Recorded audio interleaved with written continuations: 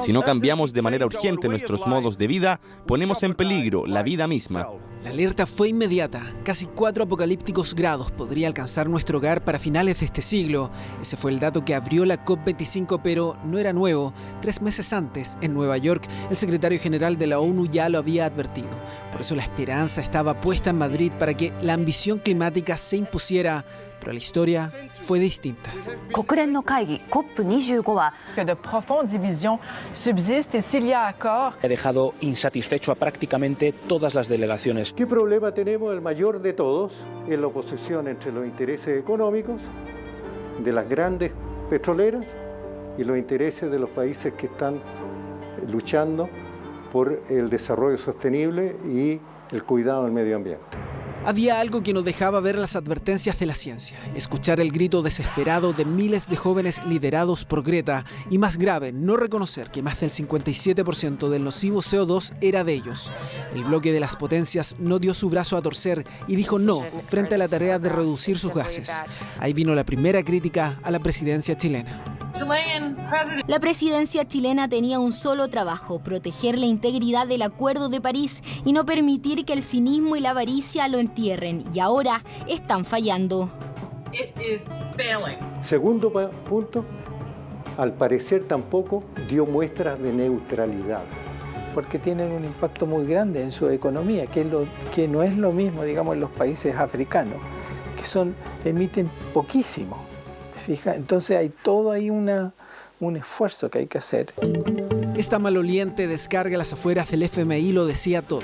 La COP25 estaba con la soga al cuello, terminaba su plazo oficial y el borrador presentado por Chile no convencía. Al contrario, fue blanco de severas críticas, sobre todo por no ser capaz de cerrar el polémico artículo 6, ese de los mercados de carbono. Porque yo no contamino, va a tener posibilidades entonces el gobierno superindustrializado de China de comprarme a mí mi bono de carbono y pagarme a mí para que yo compensar la sobrecontaminación de ellos. Dineros que permitirían a los países más pobres mitigar y adaptarse a los efectos del cambio climático. La conducción estuvo en jaque. Teresa Rivera, ministra española, fue finalmente la pieza clave para lograr abrochar un documento final. Tardó 6 horas en lograr lo que la delegación nacional no pudo hacer en los 2 días de tiempo extra que tuvo la cita. Ella lo pudo hacer con el conocimiento que tenía de 20 años acumulado y con haber conocido personas de distintas delegaciones de hace 15 años. Donde ya tenemos el 60% de los países de la comunidad global comprometidos con la carbono neutralidad al año 2050, como nosotros impusimos, recogiendo el llamado de la ciencia. Una oportunidad desaprovechada que eleva los desafíos para el mañana y nos aleja de cumplir con la meta del Acuerdo de París. Yo creo que en este momento es urgente, digamos, tomar compromiso y una ambición que ya no es sugerir 1,5, es una necesidad, principalmente que lo estamos viendo en nuestro país, con el tema del agua, la mega sequía y la pérdida de masas glaciares. El gobierno dice haber cumplido 7 de los 8 objetivos bajo su gestión, dentro de los que destaca el cuidado de nuestros océanos, un plan de género para revertir la desigualdad entre hombres y mujeres al momento de decidir y la inclusión de la ciencia. Pero quienes estuvieron presentes en la cita española dicen que hay que hacer más. Por ejemplo, establecer un foro climático permanente.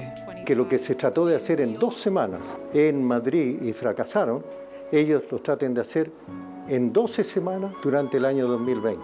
La idea es cómo podemos llegar a los que más emiten de alguna forma a nivel global y convencerlos de que sí tienen que tener un mayor compromiso.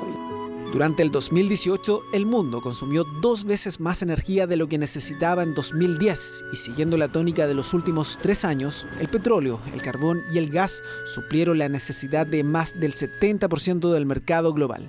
La COP era una oportunidad de cambiar estos números, pero pasó de la esperanza a ser llamada internacionalmente como la COP de las lágrimas.